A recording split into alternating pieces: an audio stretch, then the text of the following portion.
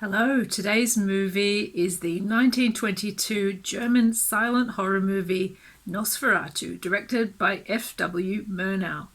Now, full disclosure, as with The Phantom of the Opera, I have seen this one, but not for probably 25 years or more. So I'm very curious to watch this one again. I have memories of loving it, but I guess I've probably forgotten a lot of it now. So let's take a look at the cinema classic that is Nosferatu. What are you doing? Oh God! No! Ooh, The Great Death in Wisborg, 1838. I don't remember this. So the story goes that Nosferatu was kind of ripped off from Dracula. It's like a death bird calling your name at midnight. Whew. I've said it already. I love that. A death bird calling your name at midnight. I don't remember any of this preamble.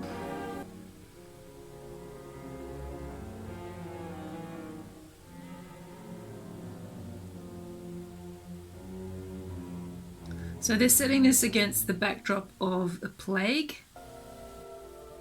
Wow, great shot. Immediately establishes the period setting so beautifully.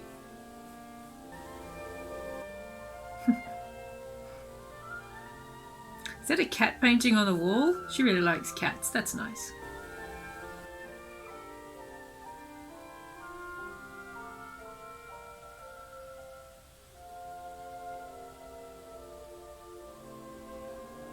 His laughing is a little bit creepy.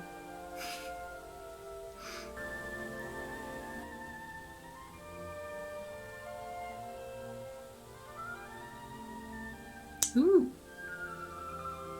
It's a weird reaction. These locations are sensational. This is one thing Hollywood films of this period couldn't do. Offer locations like this. No man can outrun their fate.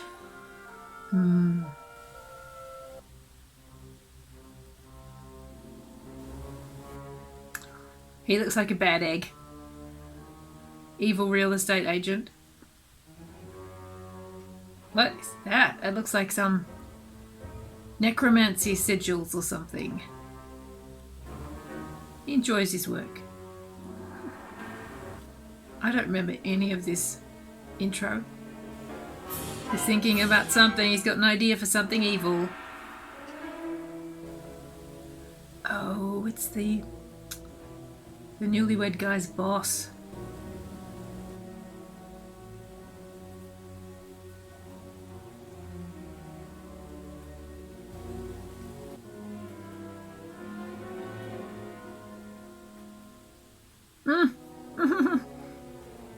So he knows what Count Orlok is and is sending this guy in anyway.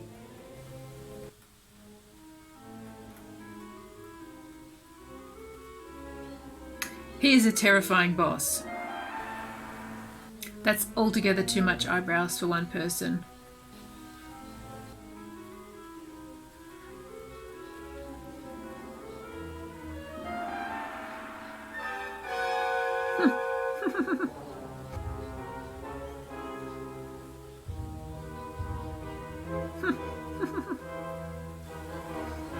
So is this boss setting up the young man and his wife as victims for Nosferatu from the start? Because that's the way it seems.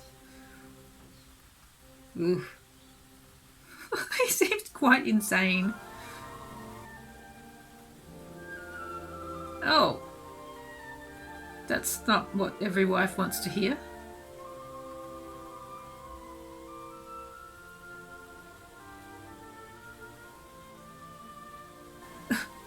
They seem kind of disconnected as a couple, I have to say.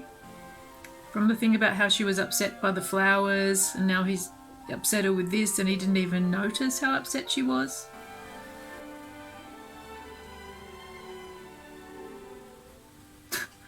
Once again, she's quite upset and he's just blithely running around laughing. That can't be You know, that's got to be a choice that they've made to portray them that way. When I think about it, all I really remember from seeing this before were the scenes with Nosferatu. I don't remember any of this stuff about the couple or how unhappy she seems all the time. The score in this version is really nice, not too intrusive. I'm not sure if I can include it or not for copyright reasons. Wow! Amazing shot! That location is sensational. Now that's a Borgo Pass. Never mind your Hollywood backlots, that is a proper Borgo Pass.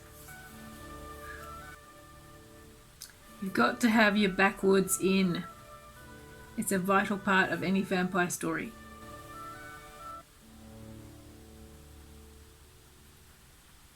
Shocked reaction from other diners. There we go. Uh-oh.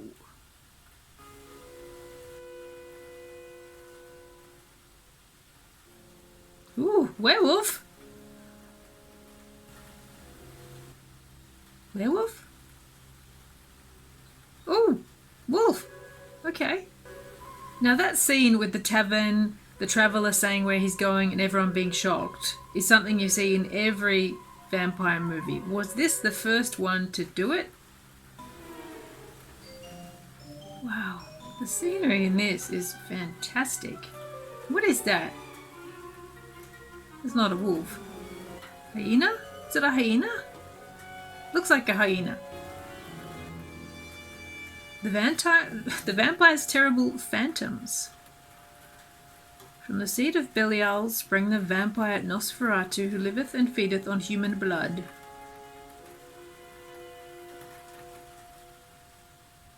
Ooh, which are filled with cursed dirt from the fields of the Black Death. I've never come across that idea before, that vampires' coffins are filled with cursed dirt from plague pits. That's really creepy. I like how they're bringing in the plague as such a strong element, sort of weaving through all of this. Wow. Amazing. Hutter does seem to come across as a bit of a callow idiot. I suppose they're setting it up for the fact that he's not a suspicious, cynical man. He's a credulous, sort of trusting man. Thinks everything is a great laugh. All this incredible scenery is one of the strongest selling points of this film so far for me.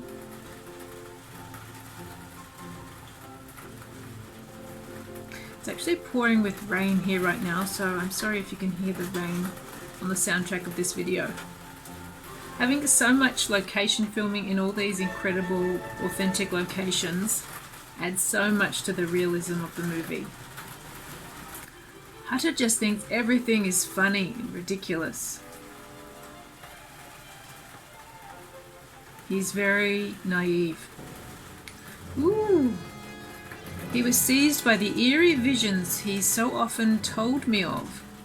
So the narrator is someone who Hutter told his story to later?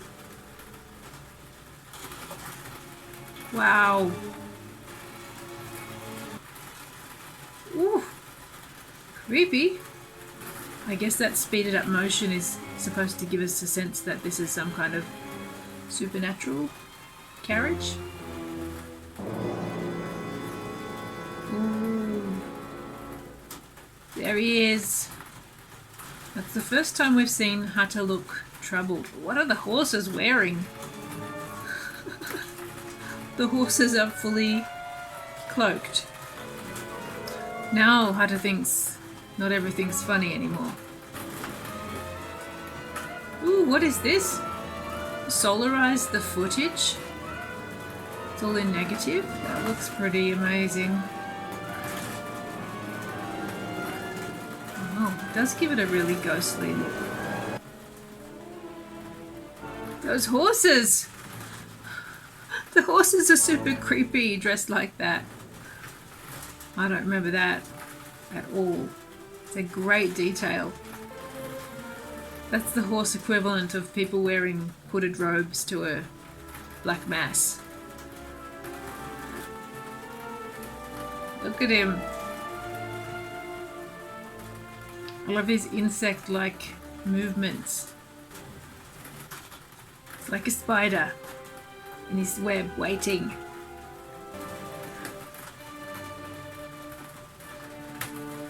Now those are some eyebrows. Okay, so it's supposed to be nighttime. I was wondering how he could be out in the daytime.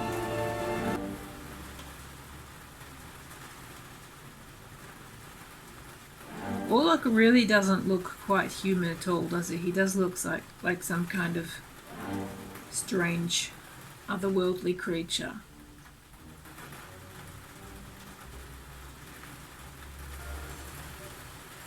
What a clock!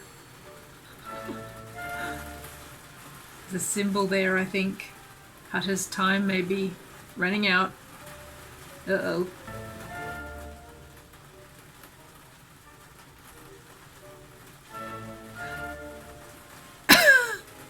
Did he just try to suck the blood off his thumb? They should have shown that more because that's a shocking moment. Hutter knows he's out of his depth now.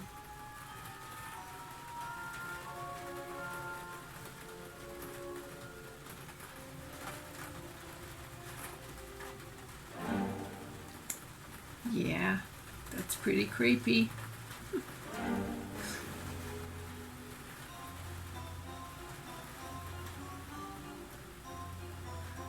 Uh-oh. When did that happen? This is beautifully photographed. Love the way the shots are composed, like this one with the arch as the frame. Oh dear. He is so naive, isn't he? Thinks the bites on his neck are from mosquitoes. It's actually a great choice having him be so naive. It does increase the horror that he has no idea what's happening. He doesn't even have a suspicion. Ooh, that's fantastic. Beautiful, and the tints are working so well. Loving the way this is written. Even if it is a rip-off of Dracula. Uh-oh.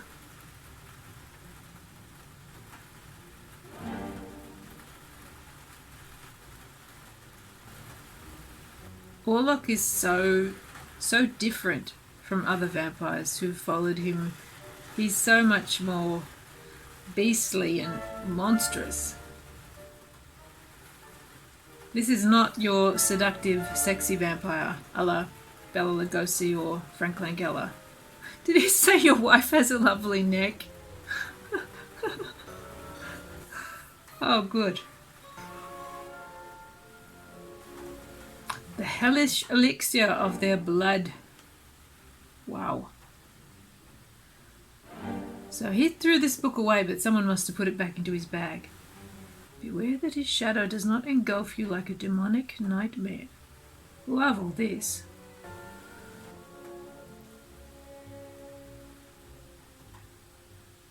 Oh. Oh boy. What an image.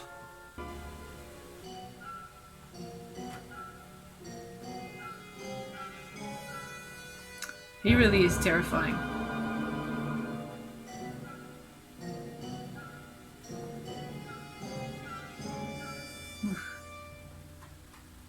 The makeup makes it look like his eyes are just bulging right out of his head.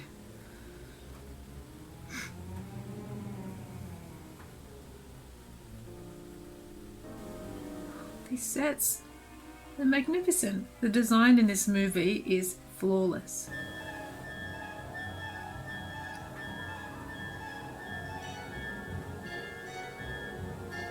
Love that, the shadow.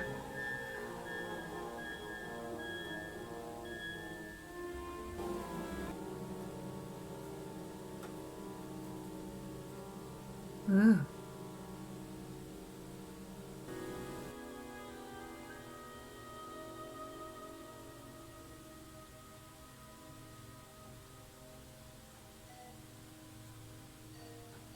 That moment made it seem like Orlok was kind of aware of Ellen psychically. The way he looked.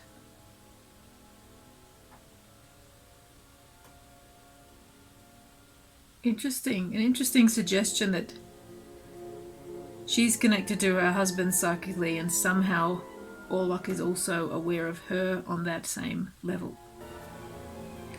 Uh-oh. Now that's a proper casket.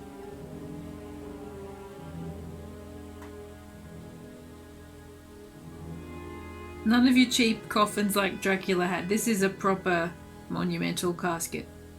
And really, a count should have a bit more of an impressive casket. Wow, I love that ascent up the stairs like a worm.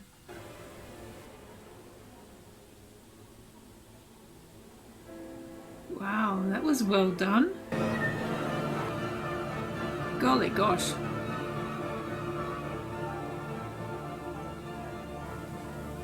How did I not notice all of these incredible location shots when I saw it as a youngster? I don't remember thinking about it at the time, but looking at it now, that's really one of the strongest parts of the movie. A Paracelsian, does that mean he's like an alchemist?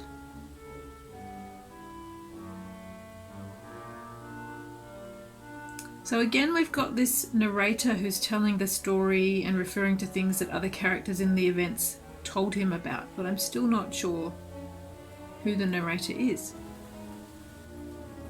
That's a pretty great micro type photography for 1922.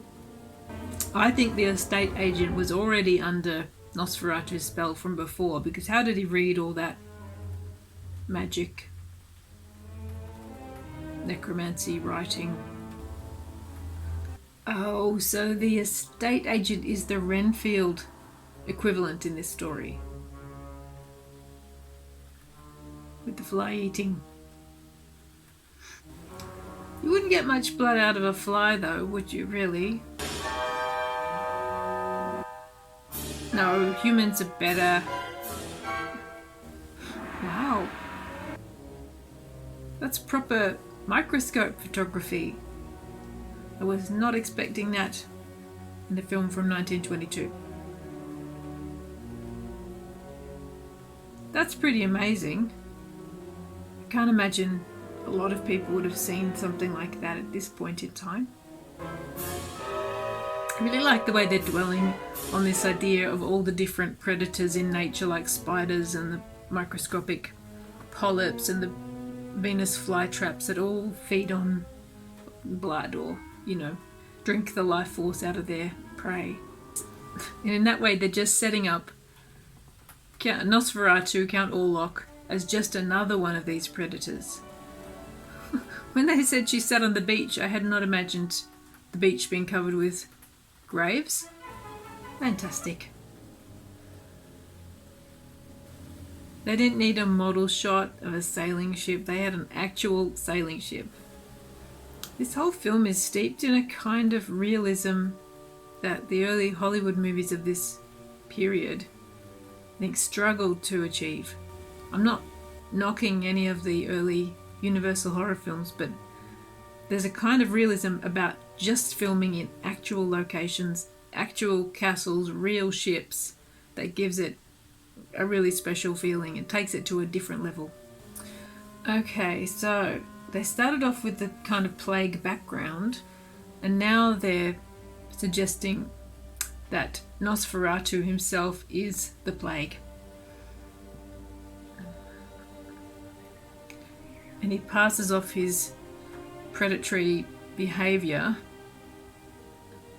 and all his attacks on people are kind of explained away by the idea of the plague. You don't get the sense that any of this was filmed in a studio, although I guess some of it would have been. It has a sense of all taking place in real locations.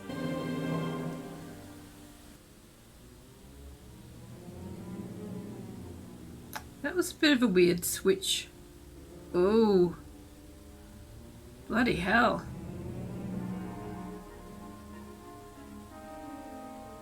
my. I was going to say that was a weird switch between the tints in that one scene.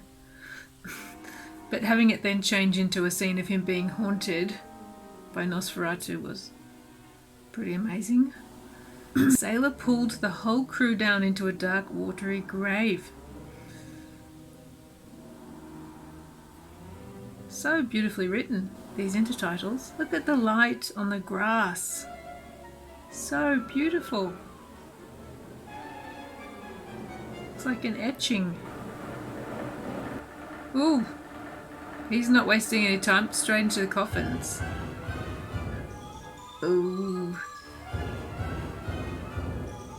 I'm still not clear what these rats actually are. I'm assuming they're not just regular rats. They're a manifestation of Orlok. Wow.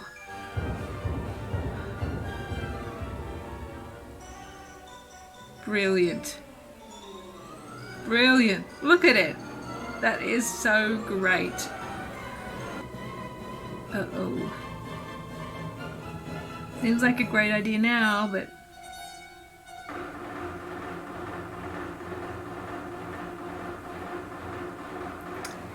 he is so spidery in the way he moves. He's so stiff and creeps along. You have to bite through all that hair to bite him on the neck. Oh, the death ship had a new captain. Brilliant. The ideas in this are so clever. Ooh, the deadly breath of Nosferatu filled the sails of the ship. Bloody hell. I love the mind that created these intertitles. You know, even if they did rip off Dracula, they've created something different and really special with this movie. It both is and isn't a Dracula movie because it has elements that are very familiar as Dracula movie elements, and yet it has other elements that are really unique. And I guess it's most especially in the representation of Nosferatu himself.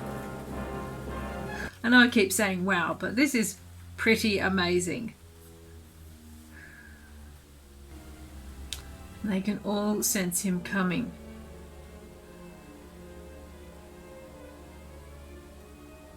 This idea of it's like a sort of spider web of psychic bonds connecting different characters in the story. That's a really interesting idea.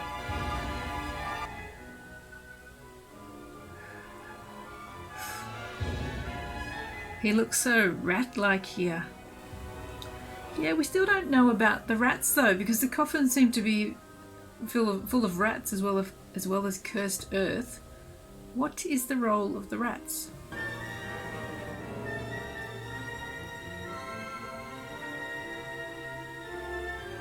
Once again, you got that sense that he was psychically aware of Hutter's wife. That is a great lair for Orlok, Nosferatu. There's something just slightly off about the angles. I think it's Lovecraft who says that architecture with just slightly weird angles is enough to make you feel creepy.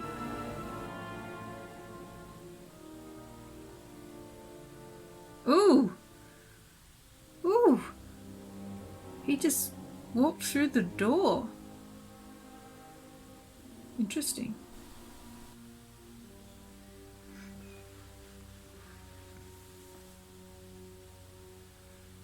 All this stuff about plague and the social isolation is certainly adding an unexpected dimension to the story watching it in 2021.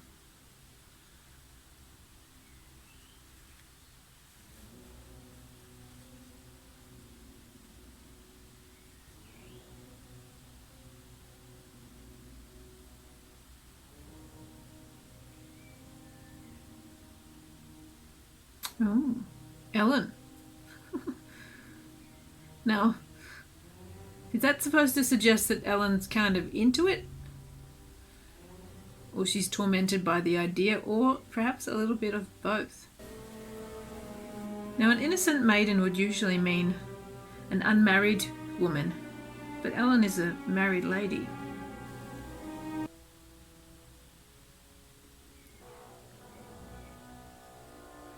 Ooh! Wow. Oh! Oh, oh, oh, oh, oh. What an image. I'd be closing my curtains, I think. She knows what's going on. This film has so many amazing, unforgettable images in it. Ellen is the only one who's aware of what's really happening. And yet in all of this she seems such a marginal and powerless figure. She hasn't really told anyone. She hasn't told her husband even. Again, that sense that they are not really connected, not really close. Oh my... These images. And again, we've got that thing of the psychic bond between Orlok and Ellen. Look at him, like a spider in his web.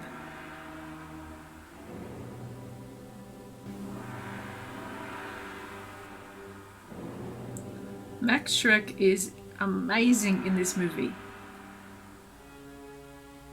So alien.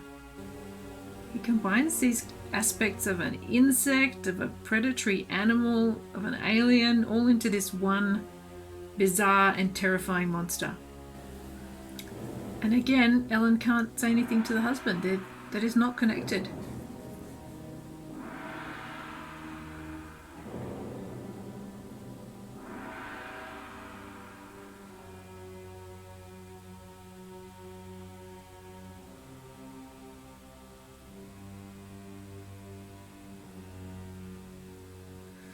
You do get the feeling that Nosferatu can not only move through walls, he can see through walls.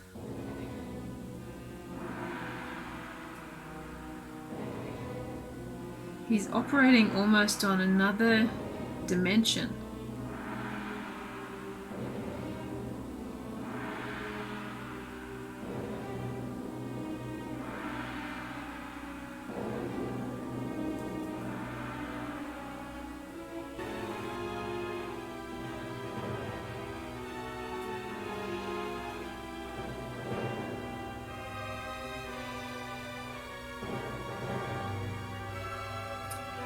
That iconic shot. So perfect. Oh.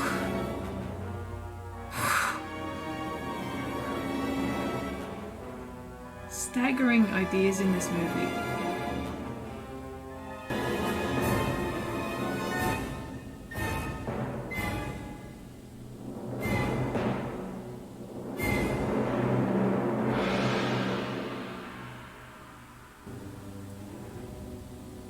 Oh, is this the first time we actually see him feeding? Ooh, well, he's got his hand on her head.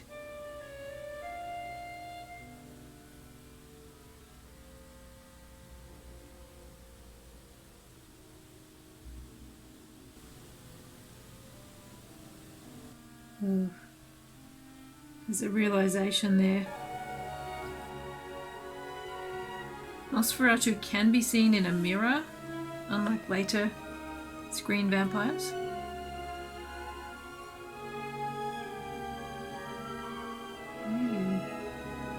Clutching his own heart, just like Ellen did.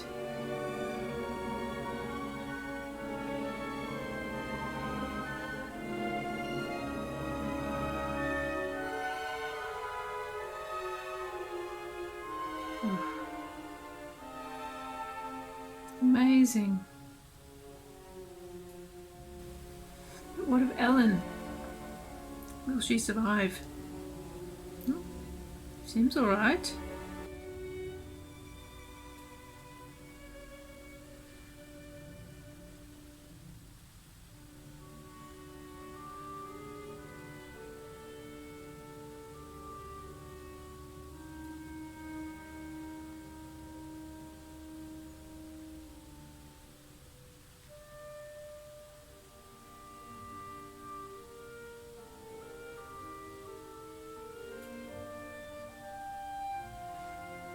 Maybe not.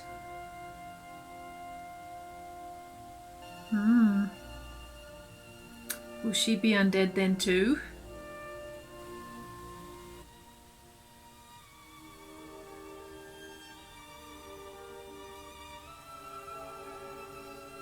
I feel like there's a kind of Christian narrative underneath all this. Ellen's sacrifice to save the world from this evil.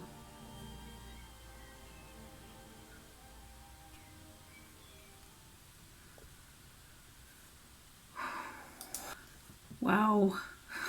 I was pretty blown away by Nosferatu. I really didn't remember it at all, apart from a few moments of those images of Nosferatu, which we've all seen repeated so many times. But the actual substance and fabric of the film, the story, the characters, I'd forgotten all of that.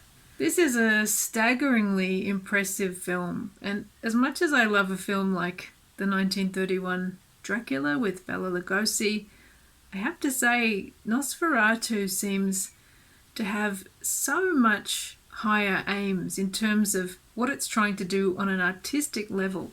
On one level, it is a wildly supernatural story, but on another level at the same time, it is steeped in an amazing kind of realism, and that comes, I think, from being able to use all those wonderful historical settings.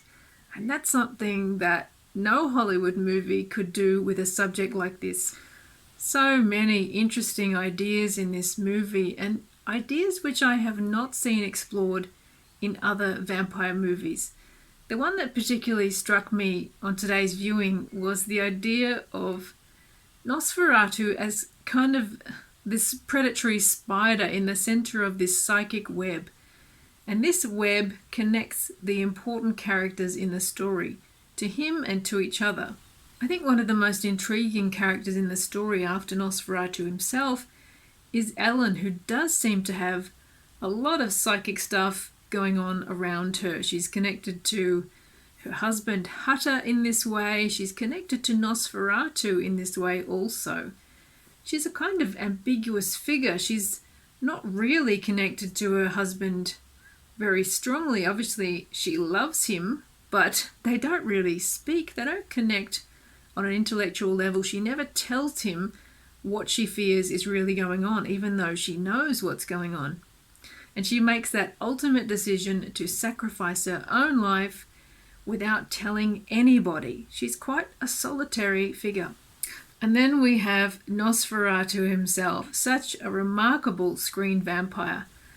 And it's kind of interesting to speculate what might have happened if Universal had made their Dracula more in the same mold as Nosferatu. Not a romantic, sexy vampire, but a beastly, terrifying vampire. I think that really would have changed the course of vampire films over the course of the 20th century. Because that Bela Lugosi-style romantic vampire was the dominant model through most of the 20th century.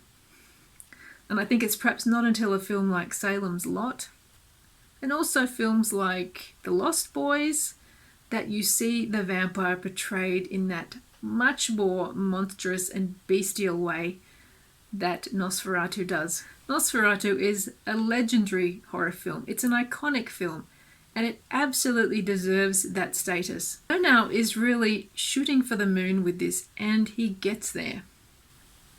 Although it doesn't show much in terms of the vampire feeding, it doesn't show any blood, its most shocking moments are extremely shocking. And shocking in a way that I don't think the 1931 Dracula really is. If you've seen Nosferatu before, I don't need to tell you that it's an absolute masterpiece of horror cinema. If you've never seen it, I can only urge you, run, do not walk to YouTube and watch this incredible film as soon as you can. I loved every minute of it. In coming weeks, I also hope to have for you a video of another of Murnau's films, Faust, from this same period, which I have never seen before, but I've heard great things about. I hope you'll join me for that one too. If you've enjoyed this video, I'd love it if you would like and subscribe. Thank you so much for joining me today, and I hope I'll see you next time. Bye.